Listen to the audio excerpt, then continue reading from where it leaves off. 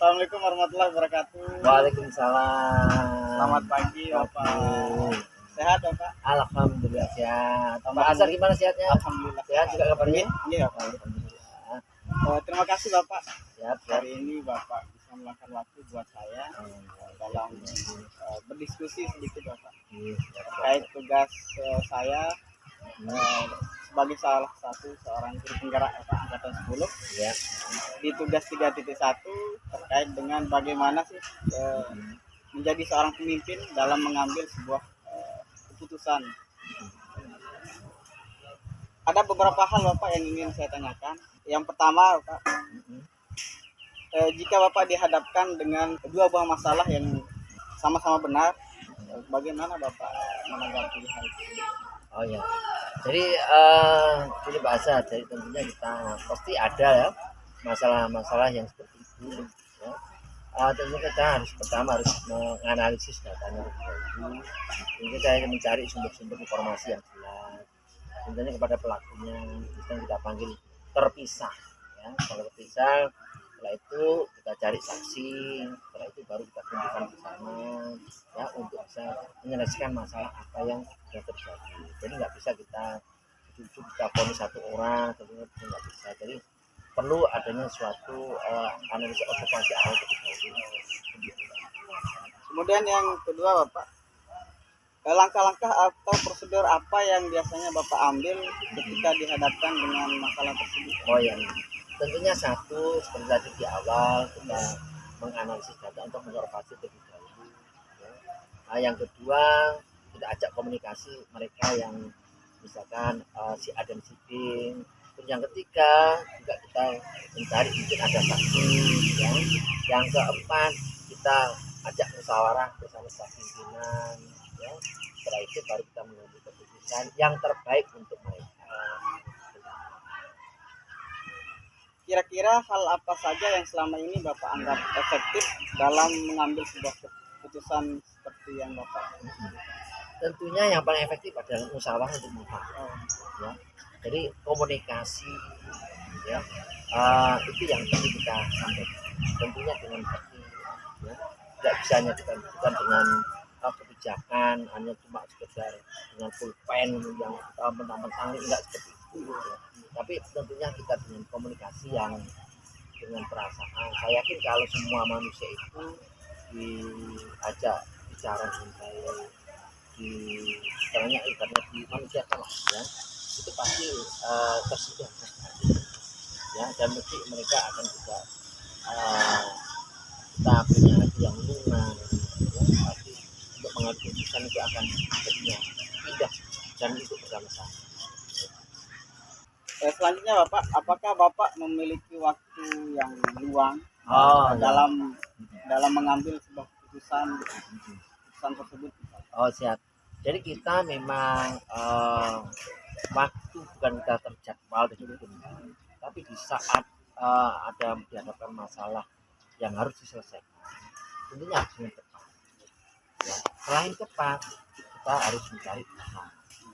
Ya, waktunya yang kedua mempertemukan ya, ya. Yang ketiga musyawarah bersama teman-teman satu, bagaimana pendapatnya. Tentunya hal ini tidak bisa menyelesaikan saya ya. Yang selanjutnya waktu terbaik itu pasti ada saat kapan untuk menyelesaikan itu ya. Dengan termin-termin tertentu, misalkan contoh hari Jumat berkah ya, di saat pagi hari habis selesai mentari, itu waktu yang fresh untuk kita menyelesaikan suatu masalah seperti itu. Yang selanjutnya Bapak, apakah Bapak memiliki seorang rekan atau faktor-faktor yang selama ini mempermudah Bapak dalam mengambil sebuah keputusan? Ya, tentunya kita juga tidak bisa, walaupun kita sebagai otoritas punya otoritas sebagai pemimpin ya, tidak bisa kita menyelesaikan sesuatu dengan sendiri. Ya, kita ajak komunikasi, kita ajak rembuk bersama, minta pendapat para wakaten, ada ketua badan kalian, ya. Mungkin juga ada teman-teman wali kelas, ada juga teman-teman koordinator tata usaha akan mengemukakan saran setelah mereka memberikan saran ke kita. Nah itu yang kita cari pertimbangan terbaik. Oh ini sih A, ini B.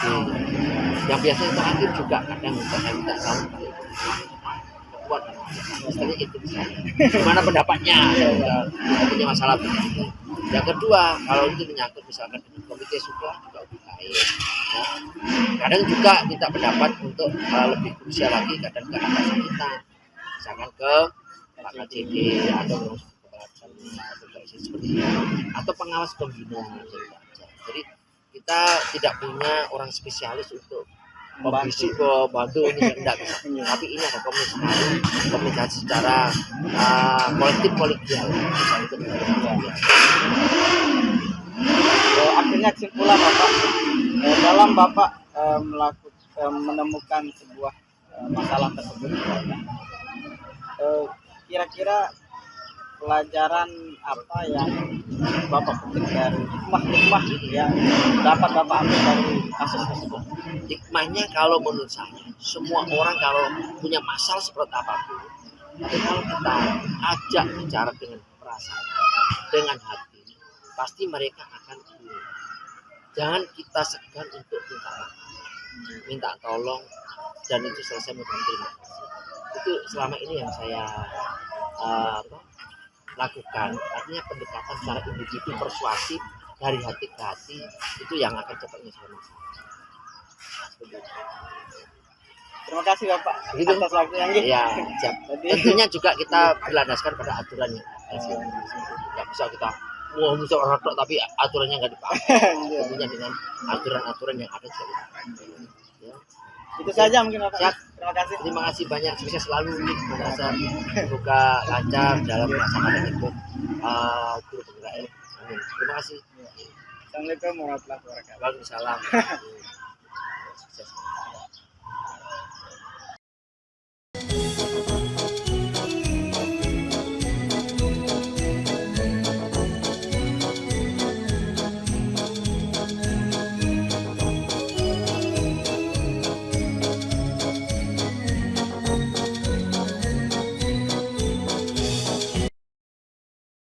Assalamualaikum warahmatullahi wabarakatuh.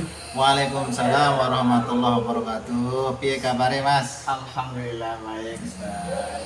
Pagi Ustaz. Pagi juga menjelang siang ya. Menjelang siang. Ini bukan hanya pagi saja tapi menjelang siang. Ya, Ustaz. Mau nyampe zuhur. Apa yang bisa saya bantu Mas? Oke. Alhamdulillah Ustaz, terima kasih Pak Ustaz telah meluangkan waktu yang di tengah-tengah kesibukan Ustaz yang super sibuk. Ya, alhamdulillah untuk kebaikan saya selalu meluangkan waktu. Iya, Ustaz. Nah, sebelumnya Ustaz, Tiang memperkenalkan diri terlebih dahulu. Nama Tiang Ahmad Zahrani Azhar. Zahrani Azhar. Zahrani Azhar. Oke. Dari SMK Negeri 1 Jonggar ini Ustaz. Itu mana itu? Lombok Tengah atau Lombok Barat? Di Lombok Tengah, Lombok Tengah. di Jelantik gitu Ustaz. Oh, di sana ada air minum Lombok, Pak? Iya, ada air minum. Di depannya air minum, di depan gerbang itu ada air minum Lombok ya, Ustaz. Jadi maksudnya Tiang di sini Ustaz untuk menanyakan beberapa hal terkait dengan bagaimana Pak Ustadz selaku kepala sekolah di MA Zainul Mustafa Pengadang Nike dalam mengambil sebuah keputusan yang berbasis nilai-nilai kebajikan Ustaz. Ada beberapa pertanyaan yang ingin Tiang ajukan Ustaz. Yang pertama Ustaz, selama Pak Ustadz menjadi pimpinan di MA Zainul Mustafa Nike, bagaimana Pak Ustadz menjalankan atau mengambil sebuah keputusan yang dimana itu jika terdapat dua buah kasus yang kedua-duanya sama-sama benar. Mbak, ini pertanyaan menarik ya. Sebenarnya karena dalam Islam itu ada bunyi hadis kalau tidak salah begini, kul haq walau kana murran. Ucapkanlah kebenaran itu walaupun pahit, tapi kebenaran menurut kita belum tentu baik menurut orang lain. Jadi mengambil suatu keputusan itu adalah suatu hal yang sulit. Jadi kita tidak hanya melihat kebenaran itu dari sisi kita sendiri, tapi kebenaran untuk harkat orang lain juga perlu dilihat. Jadi mengambil keputusan itu nggak semerta langsung kita bisa ambil. Saya juga pernah mengalami hal apa yang ditanyakan ini, mengambil keputusan. Pernah suatu hari terjadi apa ini kasus saya kira itu dua-duanya benar. Jadi apa yang saya lakukan adalah mengumpulkan beberapa rekan, terutama rekan yang saya anggap baik, untuk memberikan petunjuk apakah keputusan yang saya akan ambil tepat atau tidak. Jangan sampai keputusan yang saya ambil ini menyakiti orang lain atau menyakiti teman sejawat saya di sekolah itu. Jadi pemimpin itu memang sulit mengambil keputusan, tapi bagaimanapun sesulit keputusan ini tetap sebagai seorang pemimpin harus mampu mengambil keputusan yang baik, walaupun di satu sisi ada pihak-pihak yang dirugikan dengan keputusan saya. Gitu Mas ya. Kemudian yang kedua, Pak Ustadz, bagaimana prosedur atau langkah-langkah yang biasanya Pak Ustadz lakukan dalam menangani kasus tersebut? Biasanya langkah-langkah yang saya selama ini ya optimalkan dalam mengambil keputusan, saya mengadakan rapat dengan beberapa rekan guru yang senior, terutama yang senior, dengan waka-waka kurikulum, dengan waka-waka siswaan, humas dan lain-lain dalam mengambil mensikapi masalah apa yang saya temui hari ini. Tentunya mereka juga mempunyai ini banyak masukan,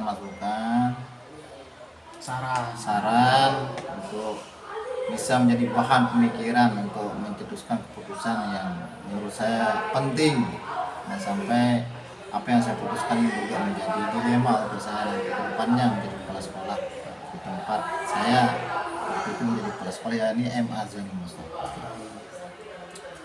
Yang selanjutnya Pak Ustadz, hal-hal apa saja yang selama ini Pak Ustadz anggap efektif dalam mengambil sebuah keputusan terhadap kasus tersebut? Iya. Yang paling efektif. Saya terutama ini yang penting itu mengumpulkan orang-orang yang berkasus ini dulu, mengumpulkan apa latar belakang kok sampai mereka bisa berkasus seperti itu. Kasus kita kumpulkan, kita mengambil, meminta tolong kepada mereka untuk menceritakan awal mula kejadian, kenapa kok tiba-tiba ada kasus seperti itu. Baru kita mampu mengambil satu keputusan yang menurut kita adil. Karena kalau kita serta-merta mengambil satu keputusan tanpa mendengarkan keduanya, atau kita mau mendengarkan salah satu, mungkin itu kurang pas untuk mengambil keputusan. Yang namanya pemimpin harus tetap menjadi rujukan bawahannya. Jadi langkah-langkahnya itu, langkah awal adalah mengumpulkan data-data dulu. Ya, data-data Kedua belah pihak yang berkasus. Suruh mereka menceritakan dari awal kok kenapa mereka berkasus seperti itu. Lalu kita bisa mengambil kesimpulan dari apa yang mereka ceritakan pada kita. Kemudian selanjutnya Ustadz, kira-kira tantangan-tantangan selama ini dalam mengambil sebuah keputusan terhadap sebuah kasus itu seperti apa? Di tantangannya ini karakter orang berbeda-beda, kan? Jadi karakter masing-masing guru ini beda-beda, ada yang temperamen, ada yang sabar, ada yang menerima saja kerjaannya, ada yang kurang mau menerima. Itu saja sebenarnya tantangannya. Bagaimana pendekatan kita pada teman-teman guru supaya mereka juga legowo menerima apa yang menjadi keputusan kita. Jadi karakter guru-guru kita ini beda. Ada yang menerima, ada yang tidak menerima. Tapi kita tetap sebagai seorang pemimpin harus berpegang teguh dalam mengambil keputusan. Ya, dalam mengambil suatu keputusan. Tapi tentunya keputusan itu harus adil, harus benar, tanpa ada kita intervensi dari pihak lain. Yang selanjutnya Pak Ustadz, ketika Pak Ustadz memutuskan suatu kasus misalkan, apakah Pak Ustadz membuat sebuah jadwal atau waktu tertentu dalam mengambil sebuah keputusan, atau langsung memutuskan hari itu juga? Yang terkadang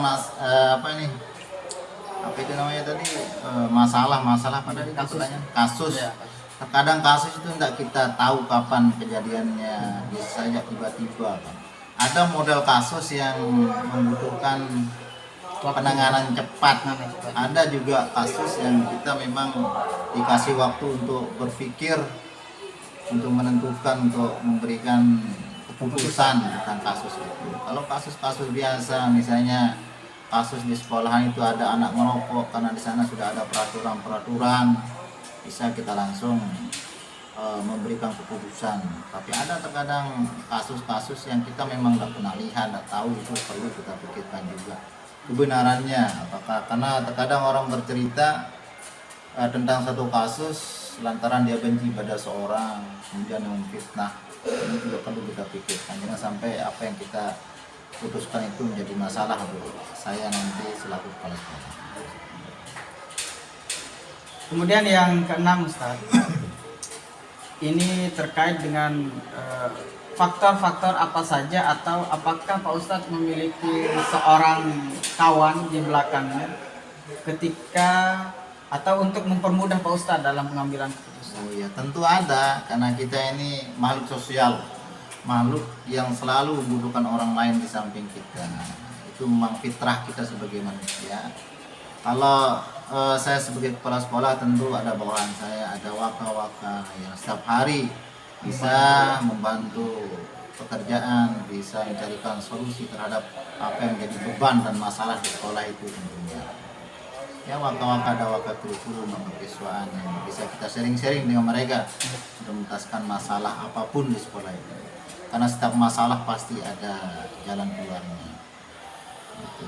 If we have big problem, so you must think that problem to be small problem dalam bahasa.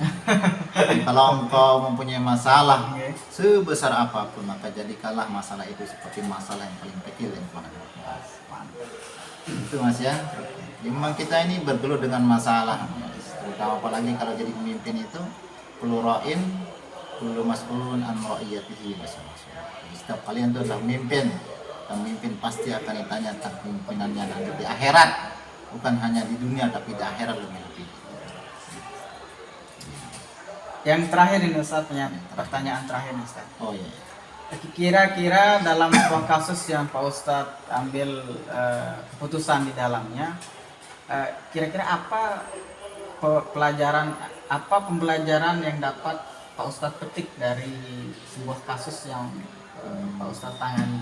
Nah, jadi di setiap kasus itu pasti ada itibar, ada hikmah, ada pelajaran yang tersurat dan tersirat. Yang tersirat ini terkadang telat kita ketahui, yang tersurat itu terkadang langsung nampak. Tapi yang jelas setiap kegiatan apapun itu, masalah semua apapun itu pasti ada hikmahnya di balik semua itu. Hikmah yang sangat luar biasa tentunya kalau kita lawan dengan bersabar, kita tidak mengeluh, tidak menjustis seorang, karena setiap orang itu baik. Pada dasarnya semua orang itu baik di sisi Tuhan, tapi hanya kelakuannya saja yang bermasalah di sisi Tuhan. Makanya tidak boleh kita membenci seorang itu lantaran masalah-masalah yang dia timbulkan dari kita, tapi kita yang kita permasalahkan itu perbuatannya, tapi wujud zat orang itu mulia di sisi Tuhan. Tidak boleh kita membenci. Tidak boleh kita membenci seorang itu, tapi kita benci apa yang dia kerjakan itu. Baiklah itu Ustadz, terima kasih atas waktunya. Siap. Ini pertanyaannya menarik. Saya merasa terkekang ini. Terutama masalah ini memang dalam kehidupan kita terus menghadapi masalah-masalah, apakah itu kecil maupun besar. Ini ilmu yang sangat luar biasa yang saya dapatkan dari Pak Ustadz selaku seorang pemimpin, dan insya Allah mudah-mudahan yang bisa meniru apa yang mudah-mudahan insya Allah kita semua dapat bisa meniru hal-hal baik itu. Cuma yang tidak boleh kita tiru karena hal-hal negatif saja. Itu mungkin Ustaz. Oke, Saya mau langsung ke sekolah. Oke, terima kasih. Mudah-mudahan Bapak baik-baik di tempat ya, mengerjakan tugas dengan maksimal dan ikhlas terutama Mas. Ya. Terima kasih. Assalamualaikum. Waalaikumsalam warahmatullahi wabarakatuh.